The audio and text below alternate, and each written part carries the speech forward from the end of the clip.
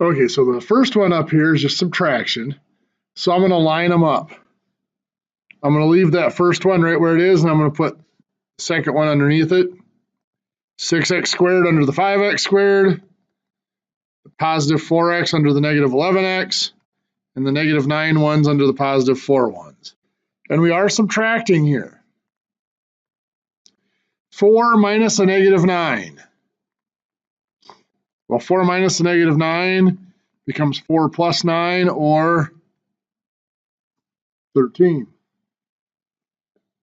Negative 11x minus 4x. Negative 11 minus 4 becomes negative 11 plus a negative 4, which is negative 15, and we keep the x on it. 5 minus 6 is a negative 1, and so it'll be a negative 1x squared, or just negative x squared. Any questions on that one? How many of you had that one right? Couple. Okay. Number 2. We're just going to use the FOIL shortcut on this one. So 2x times 3x is 6x squared. 2x times negative 5 is a negative 10x. 7 times 3x is a positive 21x. And 7 times negative 5 is a negative 35. Now combining, we've got the negative 35. Negative 10x and positive 21x is a positive 11x. And 6x squared.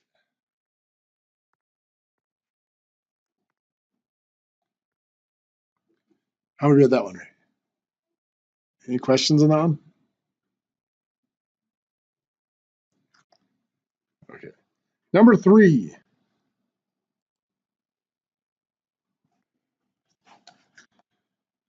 This is basically an order of operations problem. We see the parentheses there. We need to ask for each of them, is there anything that needs to be done inside of it? Well, the first one here, there's nothing to do inside of it, and there's nothing to do inside the second one either. So then we have to ask, is there anything that needs to be done to the parentheses? The first one here is multiplied by the 7x. So 7x times 5x is 35x squared. 7x times negative 3x, or sorry, 7x times negative 3 is just a negative 21x. The second parentheses is being multiplied by, we have to make sure that we take that as a negative 4. So it is negative 4 times 2x squared, negative 8x squared. Negative 4 times negative 5x is a positive 20x. And now we can combine what we can combine. 35x squared and negative 8x squared. 35 and negative 8 make 27x squared. Negative 21 and positive 20 is a negative 1x, or just minus x. So 27x squared minus x. Any questions?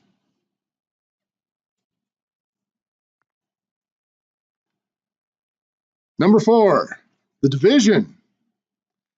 Remember, we divide the numbers, and then we divide each name separately. 36 divided by 3 is 12. Then we go to do the names. Remember, we have exponents with the same base. You know, if you look at x to the 8th, that's an exponent. X is the base, and the 8 is the power.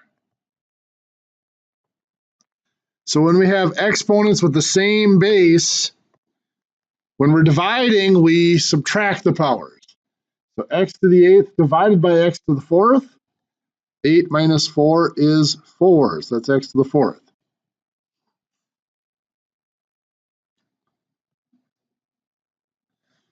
Y to the 5th divided by y to the 4th, 5 minus 4 is 1. So that's y to the 1, or just y. So 12 x to the 4th y. Look familiar? Okay. Now, we ended last class on Thursday. We were doing word problems. I want to start with that a little bit again today. I want to look at something like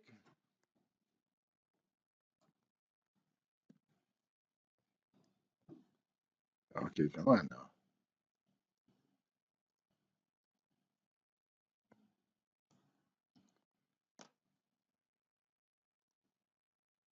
Pen stopped working for a minute.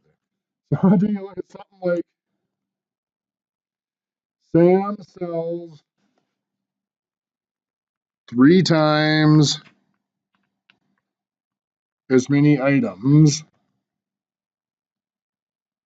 as Pat does. If they sold a total of 208 items,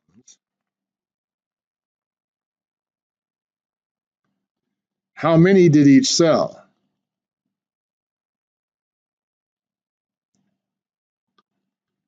I'm going to give you guys a minute, see if you can remember how to do that.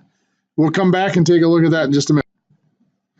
Okay, so let's take a peek here at what's going on. We've got the amount that we've got Sam and Pat here.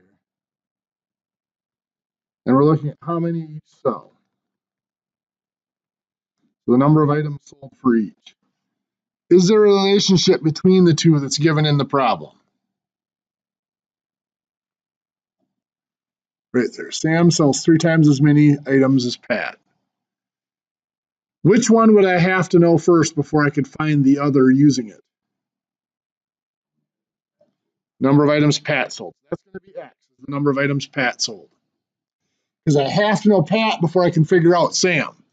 Because Sam is derived from Pat. And how is it derived from Pat? 3 times, right? So 3x. Pat sold X items, Sam sold 3x. And we have that deeper relationship of 208 total items. So Pat, which is 3x, the items Pat sold, the items Sam sold, which is 3x, plus the items Pat sold, which is just x, has to add up to that 208 items. So now we combine 3x and x make 4x. We think of that x as a 1x, so 3 plus 1 is 4. Equals 208, and then we divide by 4. X equals 52. Now we have to make sure we actually go back and answer the question. We mentioned last week, a lot of times you solve that equation and it's real easy to get excited and think, okay, I'm done. But we still have to make sure we answer the question. X equals 52, that's the number that Pat sold. Sam is 3x, that's 3 times 52, would be 156. That's the number that Sam sold. Now we're done. Now we've answered the question.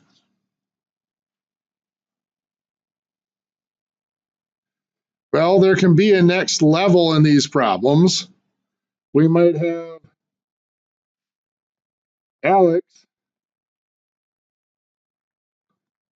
sells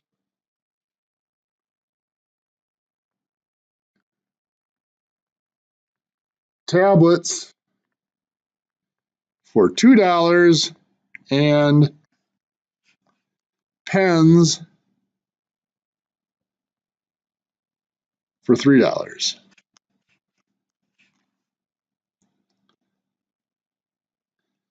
Alex sells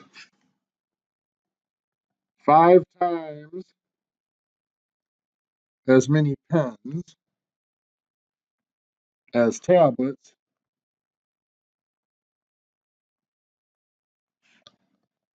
for a total of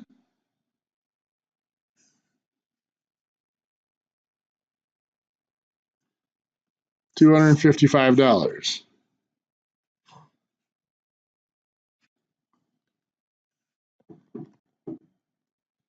How many of each did Alex sell? I'm going to give you a couple minutes to try to figure that one out, then we'll go over it. Let's see how you're doing. Okay, so here, rather than two different people, we have two different products. We have tablets and pens.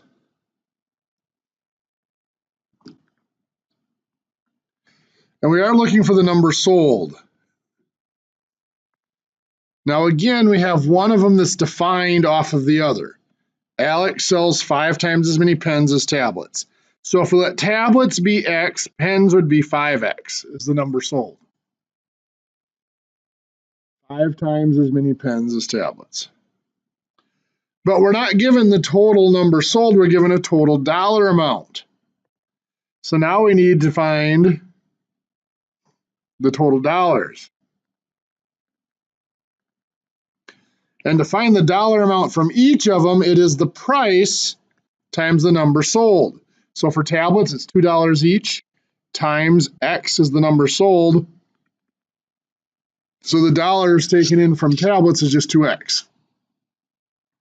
For pens, it's $3 each times, there were 5X of them sold, which is 3 times 5X is 15X. Those two numbers have to add up to the $255 total. So 2X plus 15X adds up to 255. So 2X plus 15X is 17X.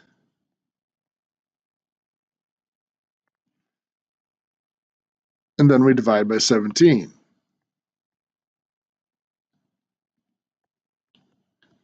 X equals, was that 15? So X equals 15. Now again, we have to be careful to make sure we go back and answer the question. X was the number of tablets sold, so that's 15 tablets. Pens were 5X, that's 5 times 15, or 75, is the number of pens sold. So 15 tablets and 75 pens. Any questions there? How many of you had that one right? Yeah, that one's a tougher one. Let's take a look at one just a little bit different.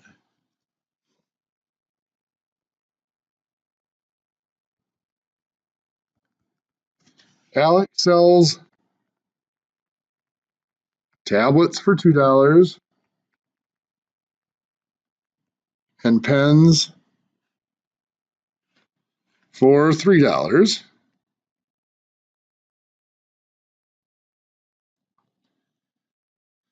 Alex sells 90 items for a total of 200 and let's make this interesting. Let's go $254.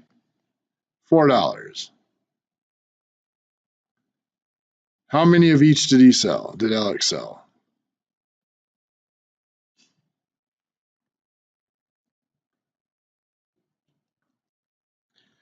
I'll give you guys a couple minutes to give this one a try. See if this one comes back to you from last week. Let's see if you're going down the right track here. So once again, we need to represent the number sold. This time the relationship between them is a little less clear. I'm going to let number of pens sold be X. In this case, there's a relationship between them, but one of them is not defined from the other. Before it was always 3 times as many or 5 times as many. It's a lot easier then because you have the one that's calculated from the other. You can represent them that way.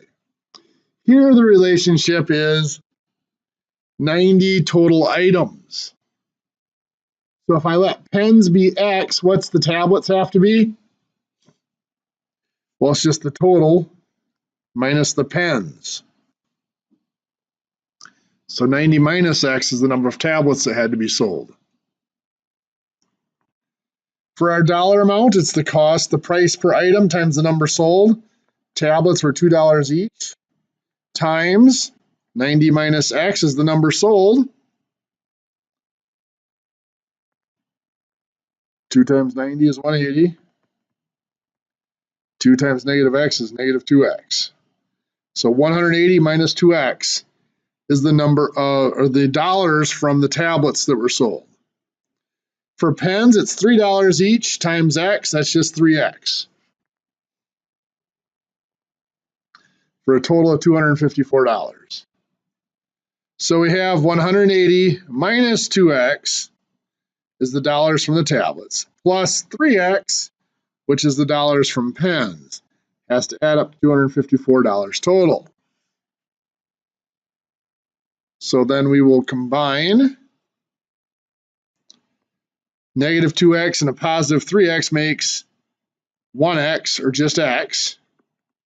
So 180 plus X equals 254. And then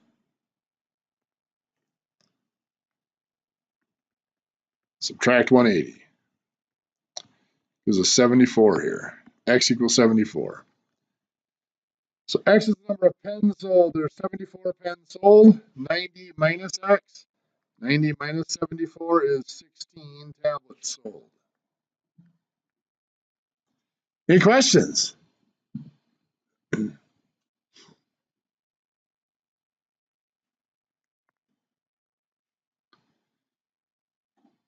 I'm sensing a need for a little bit more practice on these.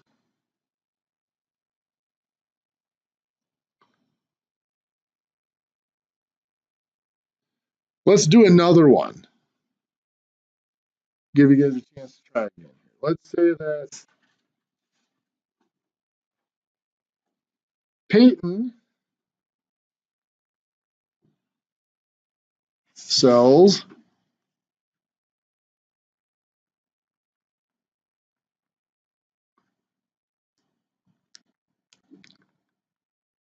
backpacks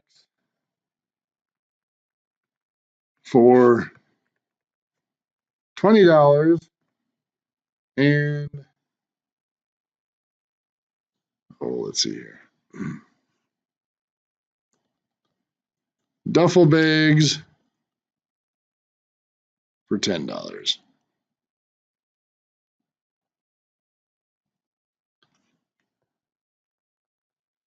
Peyton sells 3 times as many duffel bags as backpacks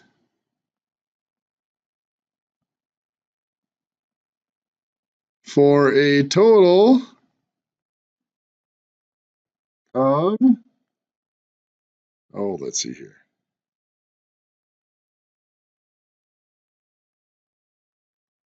$1,250.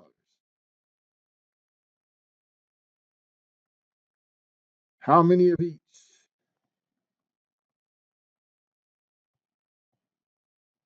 did Peyton sell? Take a couple minutes, give that one a try. So this one's a little more straightforward again. We have 3 times as many duffel bags as backpacks. So which one are we going to let be X?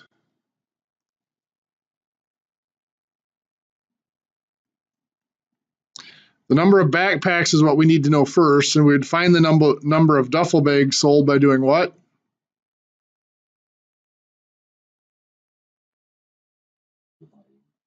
Times, 3 times. 3 times as many duffel bags as there were backpacks. So the duffel bags were 3 times the backpacks.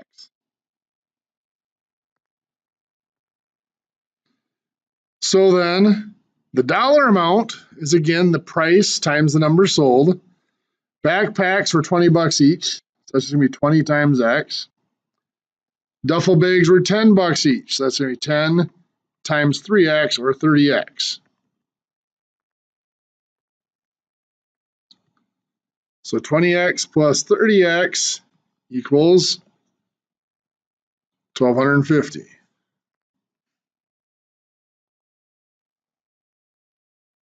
So we're going to solve for x. 20x plus 30x is 50x equals 1,250. And we divide by 50. X equals 25. The number of backpacks sold is 25. 3 times X is 3 times 25, or 75 duffel bags. Any questions?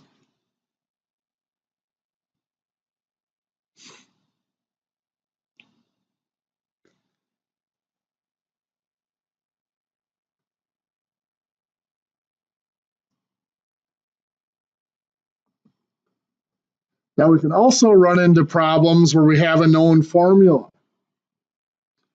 For example, when it comes to the perimeter of a rectangle,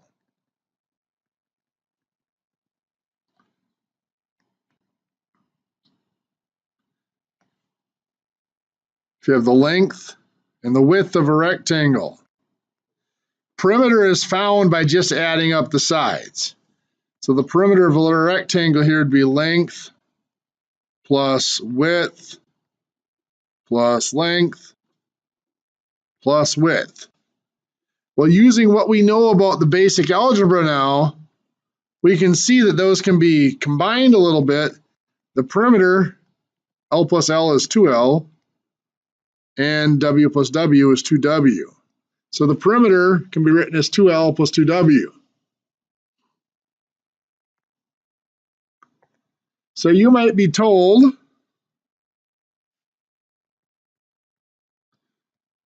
the length of a rectangle is 5 more than the width.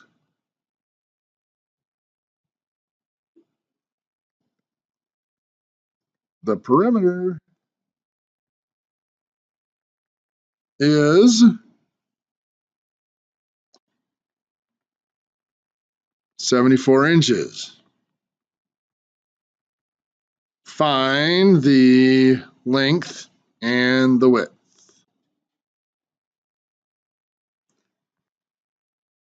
So if we look at this one, I'm going to draw a picture just because it helps my mind focus a little bit. It also helps me map it out. Here's the length. Here's the width.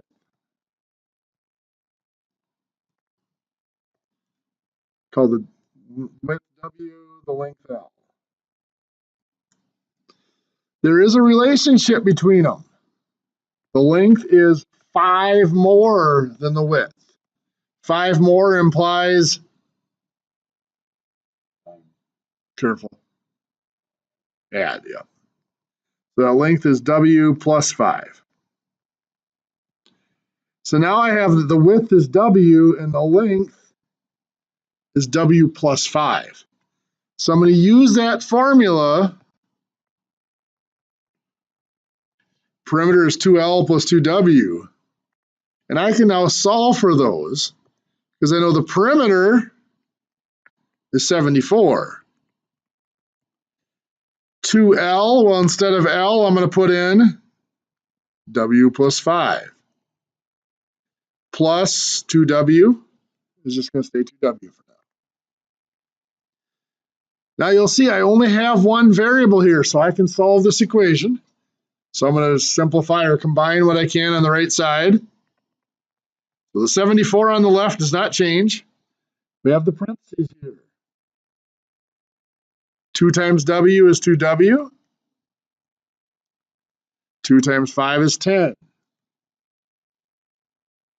I still have this other 2W here.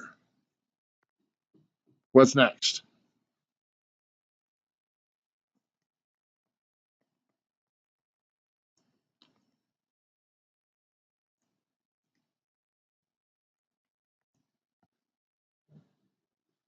I have 2W and 2W is 4W. Still have the plus 10. And then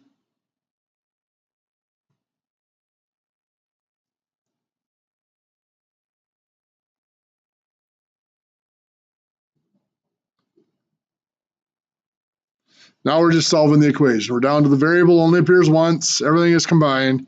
So we're going to solve. We're going to subtract the 10. 74 minus 10 is 64. Equals 4W. And then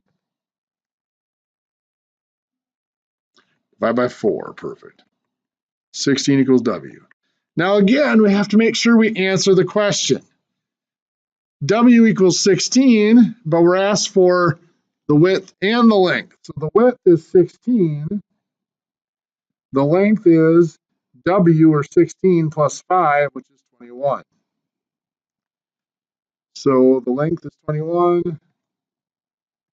The width is 16. It is 9:20, so let's go ahead and take our break, and we'll start up again at 9:30. So we have to shift gears here a little bit and finish up on our new material. We're going to look at exponents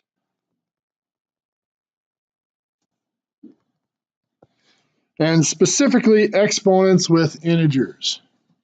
Well, let's build up to that. We know that, of course, this means what? Well, it's pronounced as 8 to the third power. And if we were going to calculate it, we would do 8 times 8 times 8, or 512. And hopefully we've all found on the calculator the button that does this for us. Most calculators, especially if they're Texas Instruments, have a caret key that looks like that. Or some of you might have like a X to the Y or Y to the X key. Or it might just be like two blank boxes there in that key.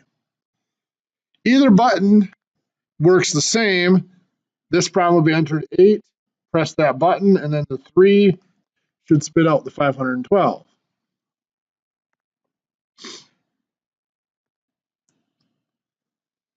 So what if we have something like 3 to the power of 5? If you have your calculator handy, you want to go ahead and try to punch that in. 3, press that key, and then 5.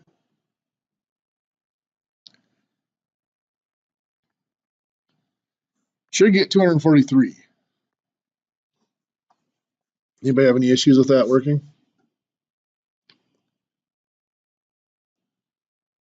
Okay. So then the next step is to look at what happens when this number, the base of the exponent, is not positive.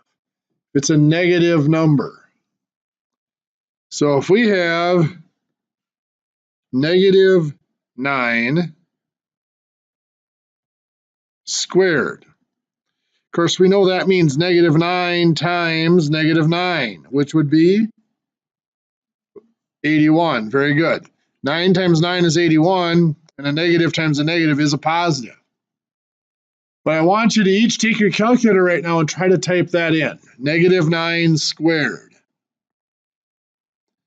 Because in my calculator, if I type negative 9 squared, it's going to try to tell me that the answer is negative 81. We know that's not true. We know it has to be a positive 81. Well, what's the issue with that? Well, the calculator does a very, very strict order of operations.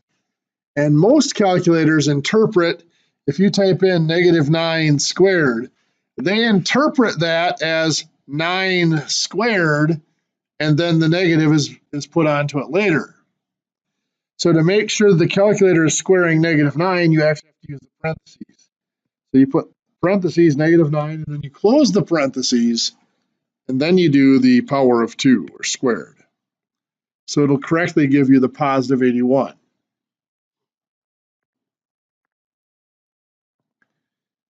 What if I do negative 13 squared? What do I get?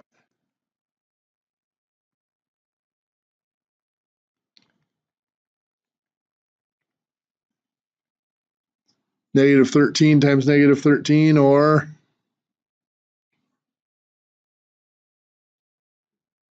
what's that? I think you missed a 1 when you were typing it in there somewhere.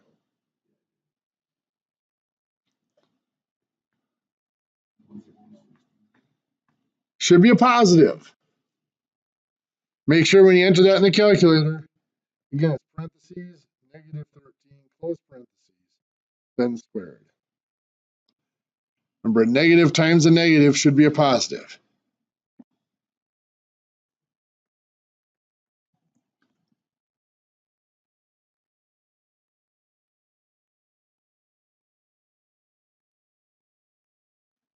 The moral of the story here right now is any number squared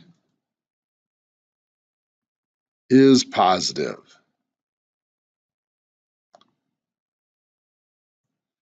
Because a negative times a negative is positive, and a positive times another positive should certainly be positive.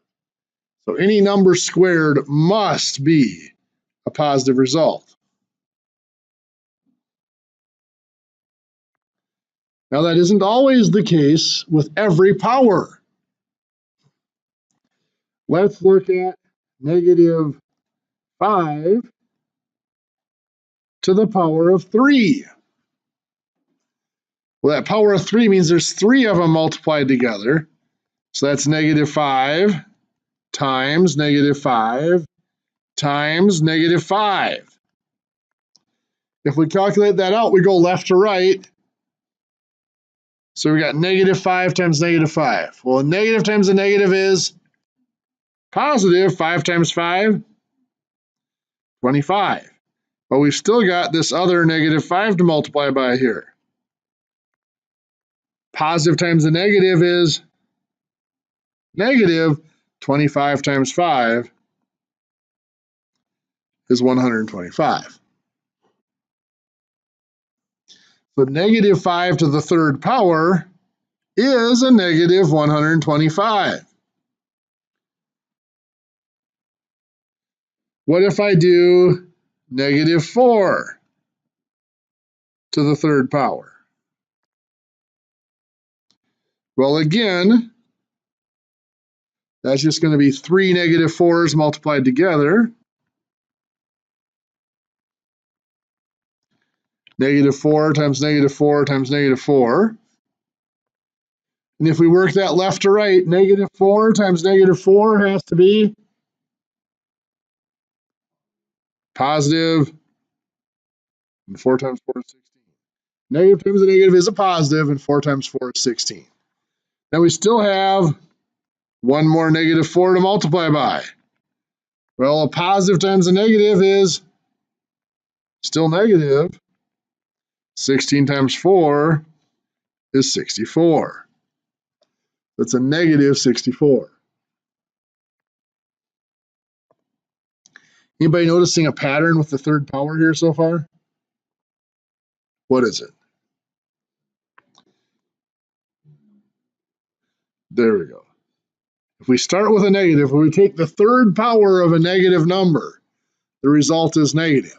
Now, of course, if it's a positive number, like 7 to the power of 3, we're starting with a positive number. The result's going to be positive no matter what the power is. So 7 times 7 times 7 is going to be 200, actually 343. But if we start with a negative number, we go to a third power, we are going to get a negative answer. Unlike with our power of 2 or squared, where the answer always had to be positive. So what if I do negative 5 to the fourth power? What are we going to get?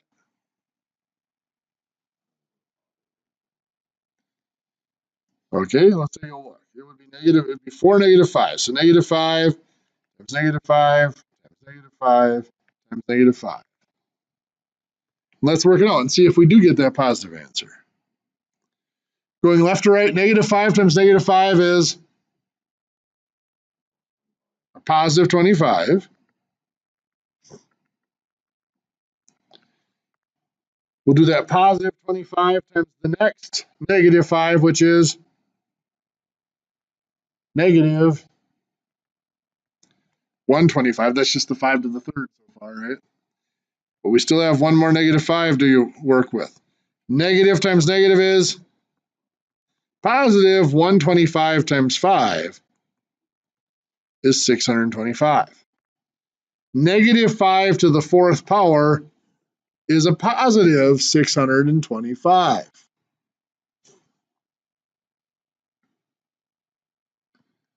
What if I do negative 3 to the fourth power?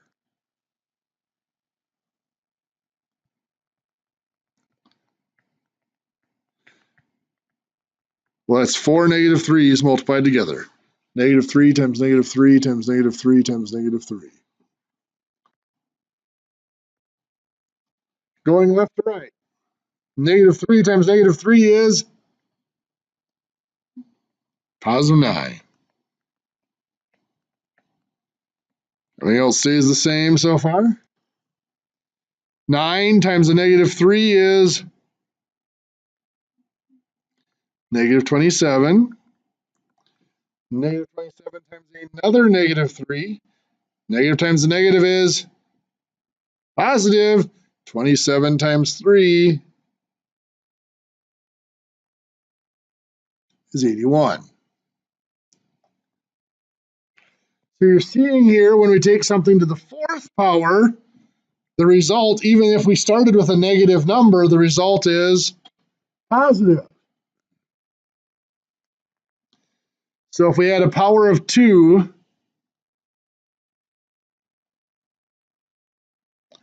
the result is always positive. If we had a power of 3, it's the same sign as we started with, right?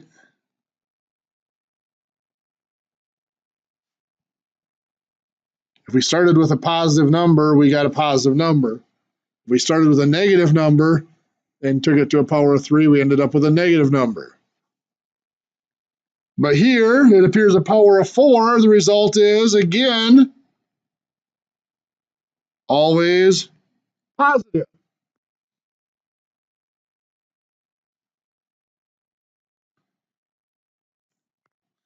What do you think is going to happen with a power of 5?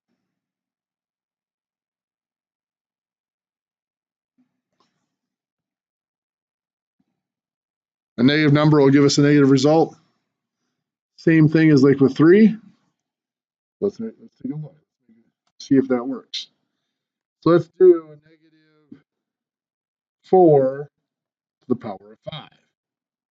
Well, that's negative 4 times negative 4 times negative 4 times negative 4 times negative 4. 5 negative 4's multiplied together. Going left to right, negative 4 times negative 4 is 16, positive.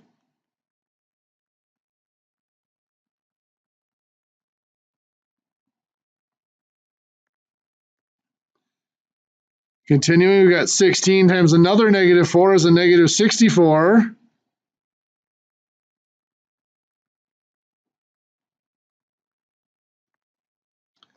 Next, we do negative 64 times a negative 4 is a positive 256.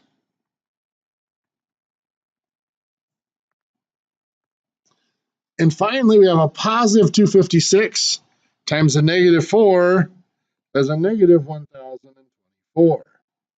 So yeah, we started with a negative number. We went to the power of 5. We ended up with a negative number. Does anybody see a bigger pattern here other than the specific power? There we go, even and odd.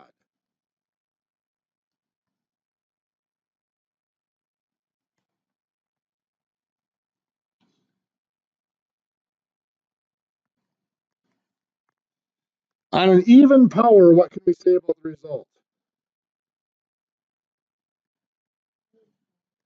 The result is always positive.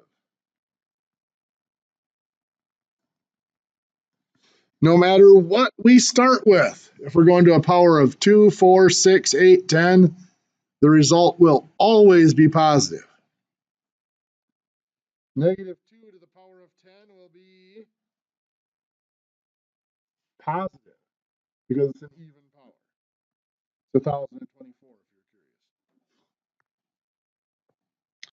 odd powers, the result will be what?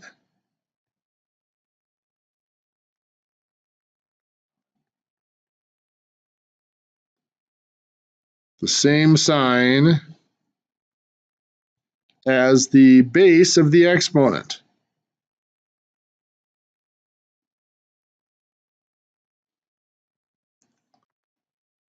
Remember, so that's saying if we have negative 2 to the power of 9, the base is the negative 2. Since that base is negative, the result is negative. It's be a negative 512.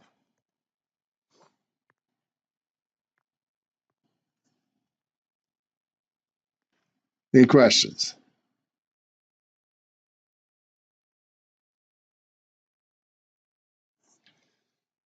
Well, so far, every operation we've looked at, and in fact, every operation in math does have an inverse. They come in pairs. You know, we talked about addition and subtraction.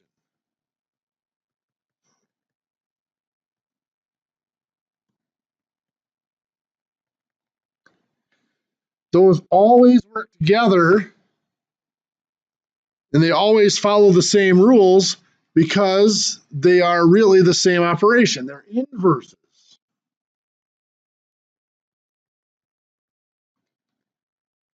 And what that means is one is going forward, the other is taking the same operation and going backward.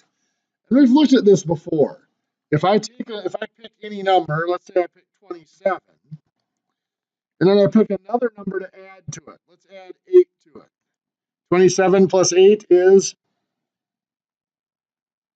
35. If I want to get from that 35 back to the 27, I need to do what to it? Subtract the 8, gets me back to 27. Adding 8 and subtracting 8 cancel each other out. They're inverses. They undo what's been done.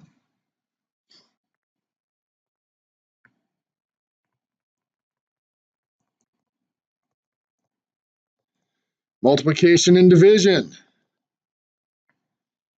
are inverses.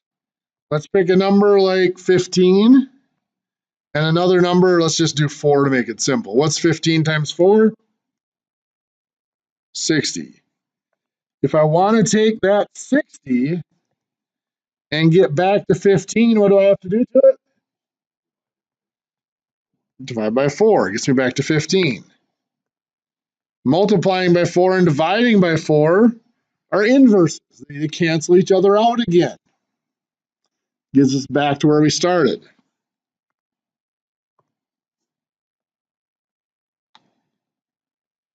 Well, so far we've looked at powers. We could take something like 5 to the third power is 125. Is there an inverse for powers? Roots, very good. Most of us are familiar with one particular root. Looks like that. Of course, that's called the square root. The wording square root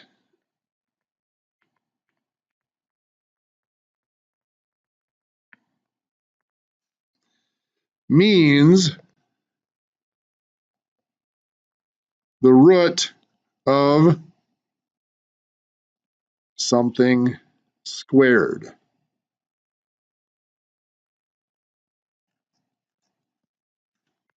So if an item is squared, this is the root. This is the number that was squared. So the square root of 25 is really asking us a question.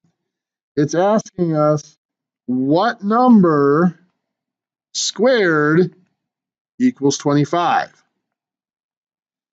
And of course, what is that number? 5.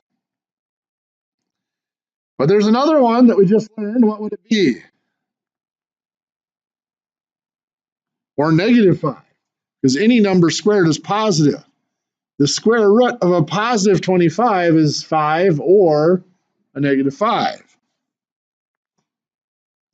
Because negative 5 squared will also be a positive 25. How about the square root of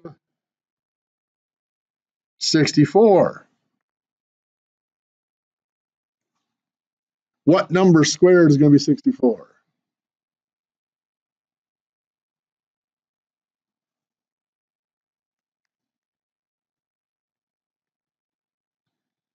Well, the one your calculator will give you will be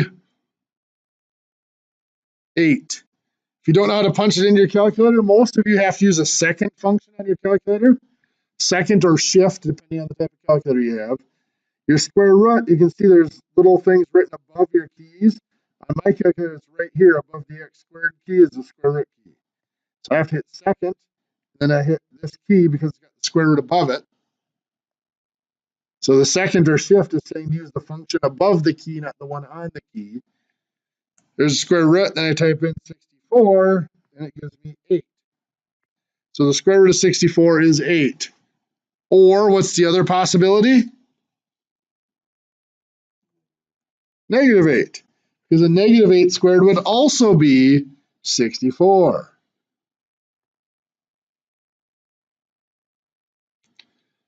What is the square root of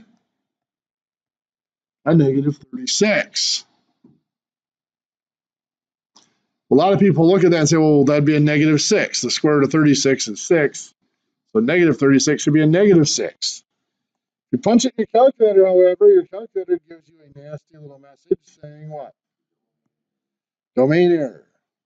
Non-real numbers if you have a graphing calculator. The reason for that is what number squared equals a negative 36? Well, none, because when you square something, the answer is always a positive.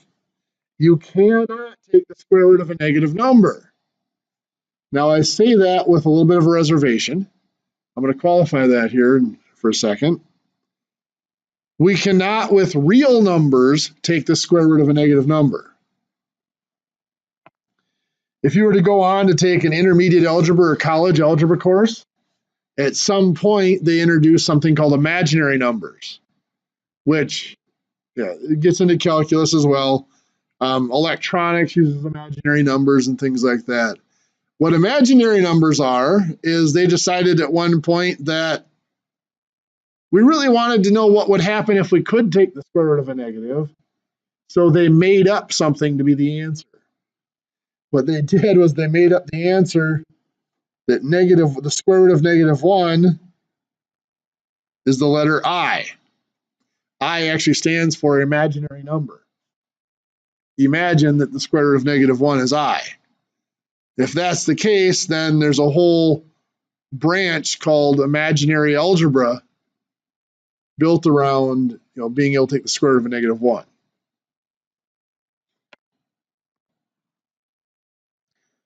For this class, we cannot square root a negative. By the way, on a test, if you need to square root something, if you just put in the positive answer, that's fine. I won't force you to do both, because in real life, most of the time we're working with real numbers, real items, and we're going to be working with positive values. So the square root should, in most cases, be positive. So that's the square root, and most of us have seen that before, but a lot of people have not seen other roots. That square root is implied that it's a power of 2. Well, we might have 5 to the third power, we said was 125. How would we get back to 5? Well, we used a power of 3, so we need to have a root that is the opposite or inverse of a power of 3. We use that same symbol, the root symbol. It's actually called a radical symbol, not a root symbol. And we indicate that it's reversing a power of 3 by putting a little 3 there. Now, the square root symbol, you could put a 2 there. It's just you don't need to. If you don't put a symbol there, it's implied that it's 2.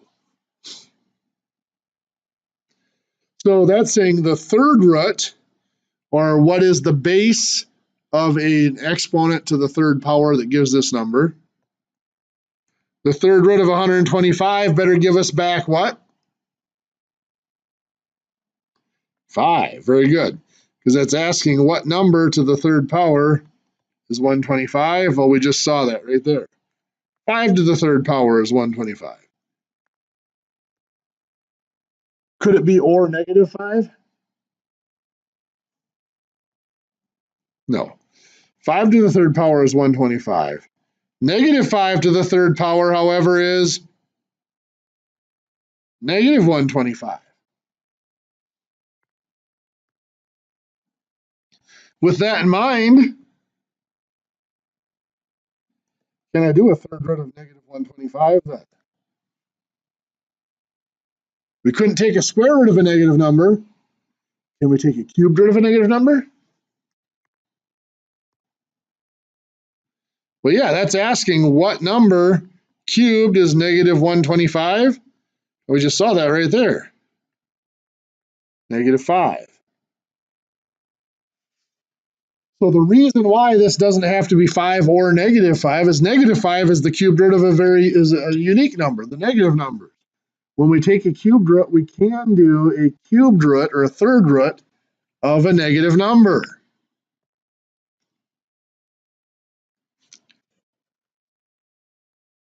So the third root of a negative 512. We know the answer is going to be negative, but negative what? Well, on your calculators, some of you actually have a third root key, and that's fine. I'm going to skip over that and just go to the roots. Most of your calculators, you have something that looks like this, an n root, or maybe x root, like that. The n root would be n root of x or whatever. It's usually the second function above your caret key.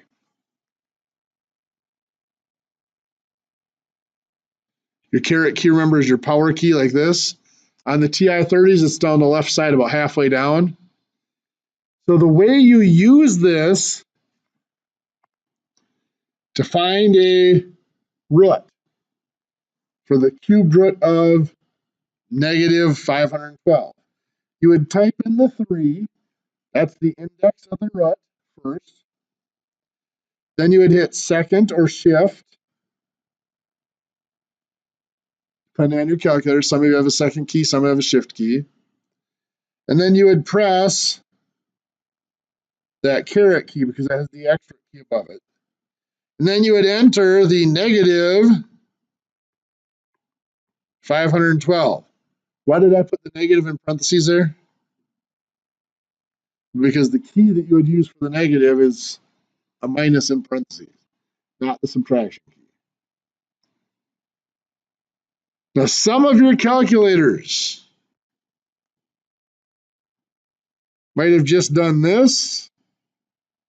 Oops, let me get this right. With the parentheses there, if you just entered 512, what do you think you have to do to finish that off to enter it? Yeah, you got to put the other end of that parentheses in there. So you do have to put a closed parentheses in there. So many of you will have to do that. Hit equal. You get that the cubed root of a negative 512 is a negative 8. Any troubles entering that? Okay.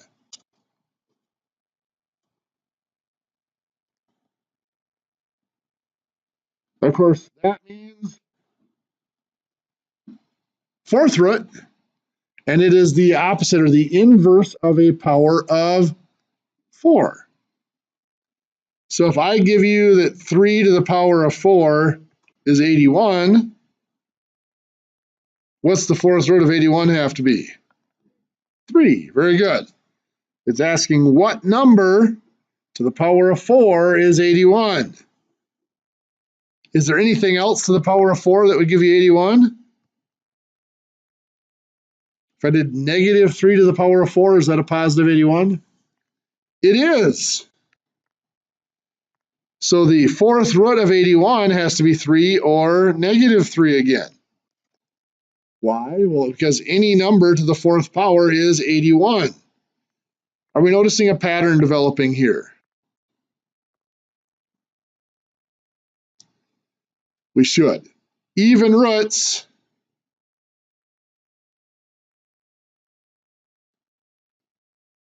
the answer is positive or negative of the number.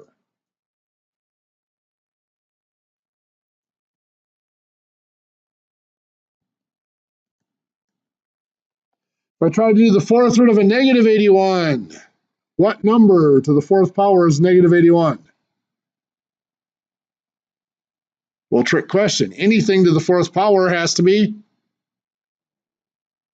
positive. Very good. So there's nothing that I can take to the fourth power that'll give me a negative 81.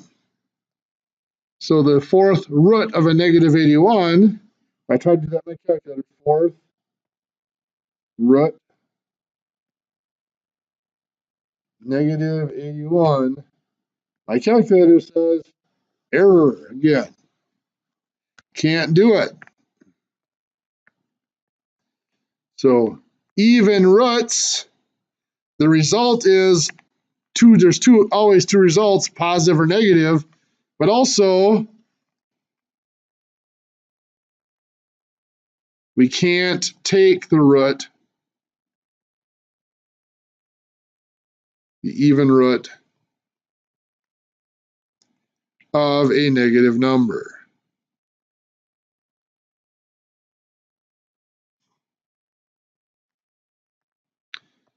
However, do you think I can do the fifth root of negative 1024 or 1024? Come on, get out of there. Do you think that'll work?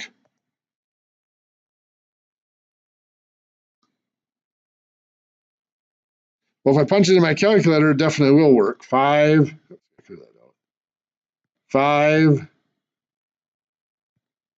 root of a negative 1024.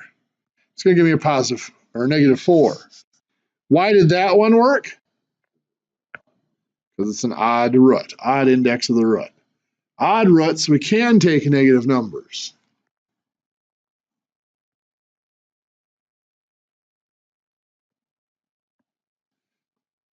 For an odd root, we can take the odd root of a negative number.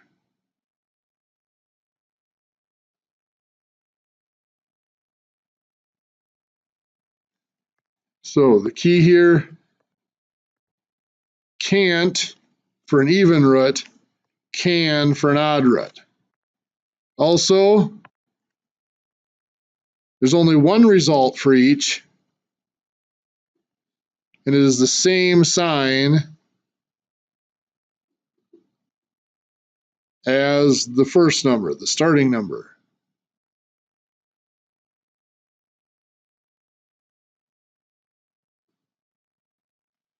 Any questions?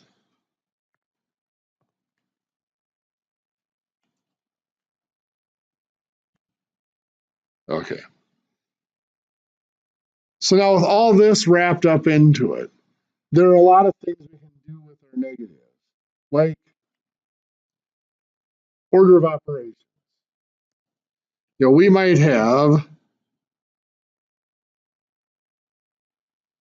negative 5 squared minus 3 times 16 minus 2 times 4 squared divided by 8 plus 3 times negative 2 to the third plus 7 minus 2 times the third root of a negative 64.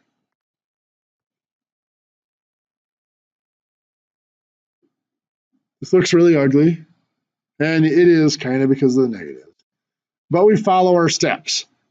First, or level of priority, is enclosing symbols.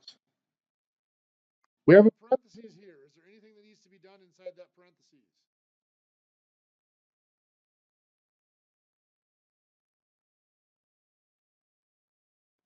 No, there isn't. It's just a negative 5 there. So that's not acting as an enclosing symbol. There's nothing that needs to be done there. Moving left to right, we have this parentheses. Anything that needs to be done in there? You bet, right? So we're going to start out working inside that set of parentheses. In there, are there any other enclosing symbols? Well, we have this parentheses here, but is there anything that needs to be done inside that? No. So we don't have to do anything in there. So there are no other enclosing symbols. Second level then is exponents. We have a couple here, so we're going to go left to right. First is 4 squared, which is 16.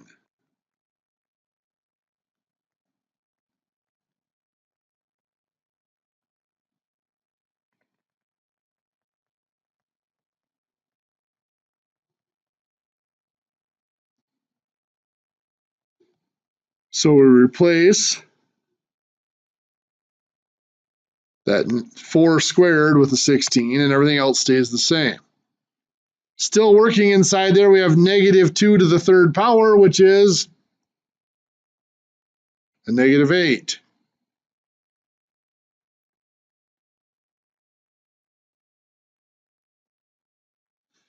So we replace that negative 2 to the third with a negative 8. Everything else stays the same.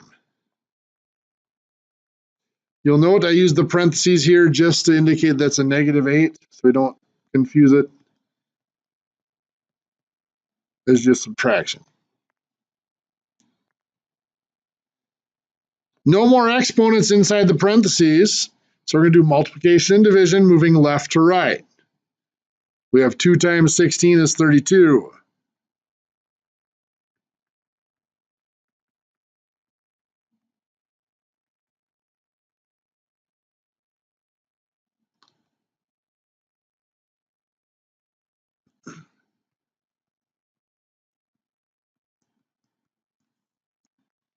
Next, 32 divided by 8, which is 4.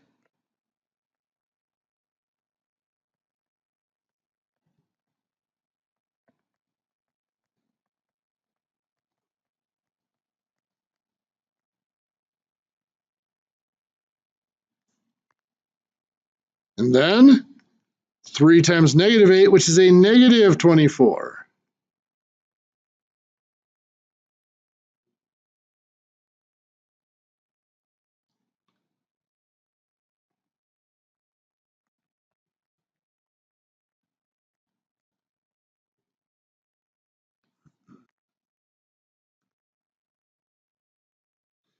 No more multiplication or division inside the parentheses. So now we can do our addition and subtraction going left to right. 16 minus 4 is 12.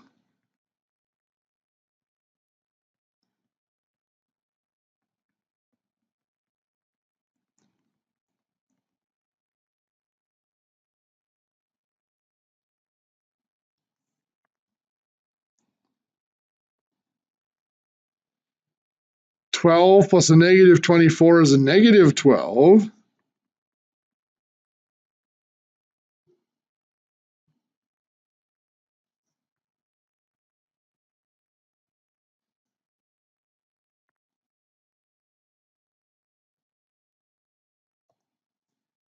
And finally, all that's left in the parentheses is negative 12 times 7, which is a negative 5.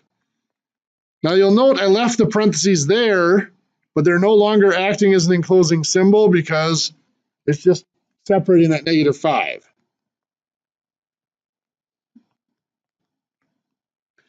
Now, there are no other enclosing symbols. The root can be an enclosing symbol, but there's nothing to do inside of there. So we go back out to the bigger picture. There's no more enclosing symbols here at all. So we do exponents. -5 squared is positive 25.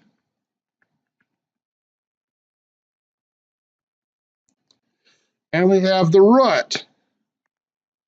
The cubed root of a -64 is -4. Now I'm going to put a parenthesis in there around that to make sure we don't confuse that negative again with subtraction. No more exponents, so going left to right. It's just multiplication and division. Now I'm going to treat this here as 3 times -5. So I haven't used this subtraction here. That's minus. 3 times -5 is a -15. Minus the 2 times -4. Now I also have this one here, the 2 times -4. And again, I'm going to just take 2 times -4. I have not used up that subtraction there yet. So 2 times -4 is -8. Now all that's left is addition or subtraction going left to right.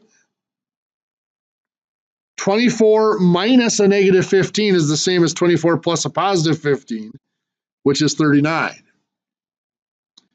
Minus a -8. 39 minus a -8 is the same as 39 plus a positive 8, which is 47.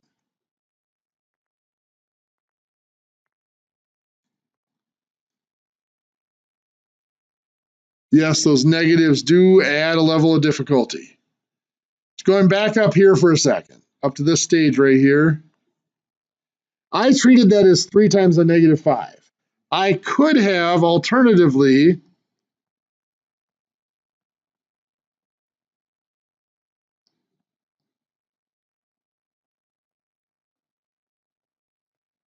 done this. I could say I'm going to, instead of -3, I'm going to change this to plus a -3.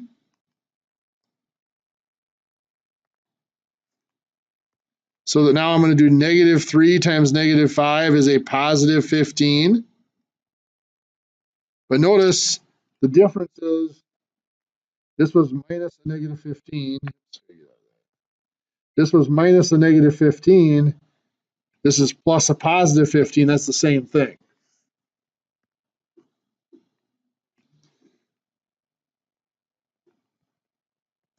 We have to do this multiplication here next. Again, instead of -2, I can treat that as plus a -2. So then when I multiply, come on. This is -2 times -4 is a positive 8. So it's 24 plus 15 plus 8. Again, instead of minus a -8, it's plus a positive 8, which again is the same thing. 24 plus 15 is 39, plus 8 is still 47. You just have to be careful how you handle that, because you can't treat this -3 times -5, then you got to make sure you remember this is not subtraction anymore, it is addition. So be careful with those. Okay. There is a new quiz.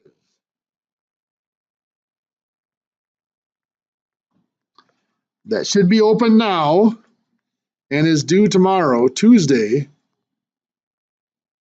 at 11:59 p.m. There is a new homework that again is open and should be due Wednesday in class.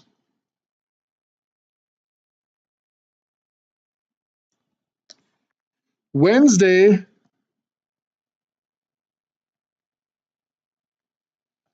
is going to be review of Unit 1. And of course, Thursday